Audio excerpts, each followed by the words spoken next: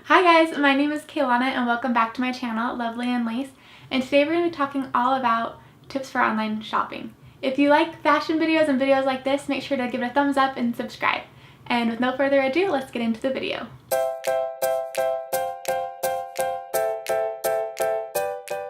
So my first tip for online shopping is to make sure that you always check out the model's weight and height. And this can give you a really good idea of what size you're going to need, if it's going to be long enough on you.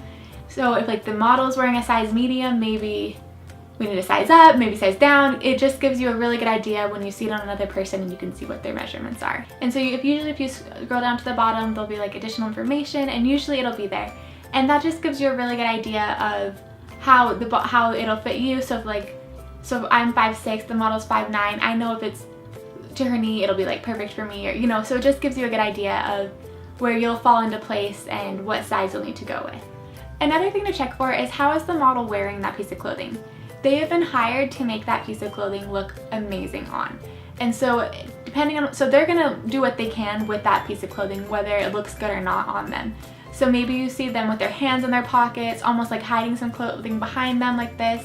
Just pay attention to that because you want to make sure that what you're buying is what you're seeing online. For my next tip, this is not sponsored, this is just something that I love and I've showed all my family and friends, and hopefully you'll like it too. So when I'm online shopping, I'm always looking around for promo codes, discounts, like anything that's gonna save me a few dollars, because it just makes me feel worth it when I spend all that money that I'm saving a few dollars. One of my favorite ones is Honey, and it's an add-on that's totally free. And so the best part about using Honey is that it automatically tracks all of the codes for you that other people have used on there. So you're not having to go onto Groupon, Retail Me Not, or any of those other third-party sites that have coupons on there. This way, all you do is you go to your cart, let it search for them for you, and it'll automatically give you the highest discount off your clothes. So one of my biggest tips, and I've been online shopping for ever, I don't even know. But one of my biggest tips is do not buy jeans online unless you're familiar with the brand or you already know your sizing. So jeans are one exception for where I will usually choose to go buy them in person in store than online. And once I found a brand that I really like and I know that they all fit very similar, then that's when you can purchase them online because you already know how that fit is, how it hugs you, all those things. So that's just my 2 cents for that. There's been too many times where I purchased jeans online and it's just a hassle to have to return them, and I try to be someone where if I'm buying online, I know that I'm gonna like all my purchases. Next is reviews, and this gives you a really good idea if maybe it's size weird, if you need to go up a size, down a size, or maybe it's not even worth buying at all. Maybe it has terrible reviews. One of my favorite types of reviews are for shoes, because for shoes, sometimes they can run big, small, so it's just really good to look in the review section before you purchase because it can help you from having to do a return. Also, another tip for reviews is make sure that it is a verified buyer, that it's not just someone that got the product for an exchange to write the review. I always like it if I know that they purchased it themselves because you're getting the most accurate, true feeling of how they feel about that product. And when you're spending your hard-earned money on a piece of clothing or any type of product, you're gonna be truthful on how you felt about it, if you would buy it again, things like that. So that's always the kind of reviews that I take into account when I'm shopping. My next tip is making sure you know the return policy.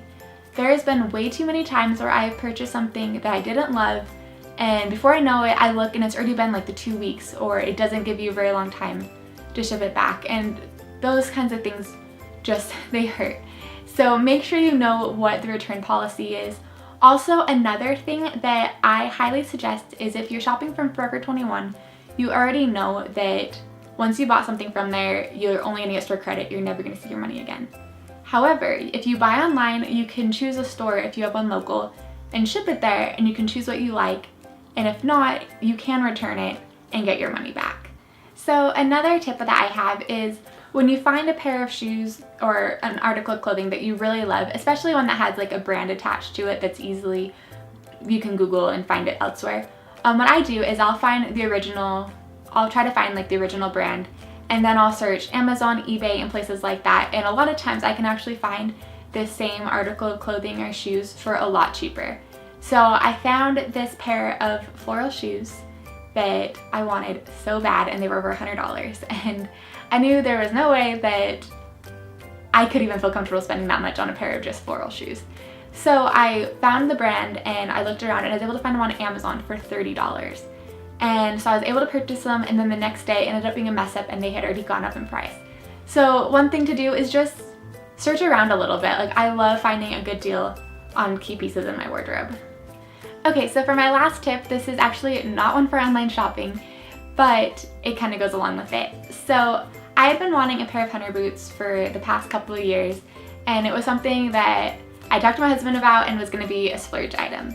And I was originally just planning on going to Nordstrom's and finding the pair I liked and then trying to find the same or a similar pair on Amazon or eBay or something like that. And so I went and tried them on, and they ended up being the perfect ones that I wanted. They were the matte finish, not the gloss. They were exactly what I wanted, and they weren't actually supposed to be in the store. They were supposed to be at Nordstrom Rack. So I was able to get a $200 pair of shoes for less than $80. And for hunter boots, that's really good. So what I'm saying is sometimes you don't always get the best deal online with some more of like the designer purchases or something that's more expensive. Sometimes it is good to go in because they'll work with you, or it could be lucky like I was and they weren't supposed to be there anyways and so they've been marked down.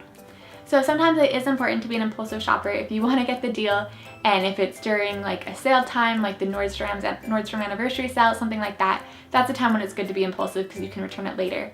But for items that are going to be more trademarks in your closet that you know you're going to be spending more on, it can be good to wait and just make sure that you're getting the best price possible, or else you could have buyer's remorse later. Alright guys, and that's it. Thank you so much for watching, and I hope you learned a trick or two about online shopping. And because I love online shopping so much, I have my own shop, Shop Lovely and Lace, that you can shop down below. I try to keep it stocked with the cutest items possible that are affordable and high quality to be able to wear year after year. If you liked this video, be sure to give it a thumbs up and subscribe, and we'll talk to you later.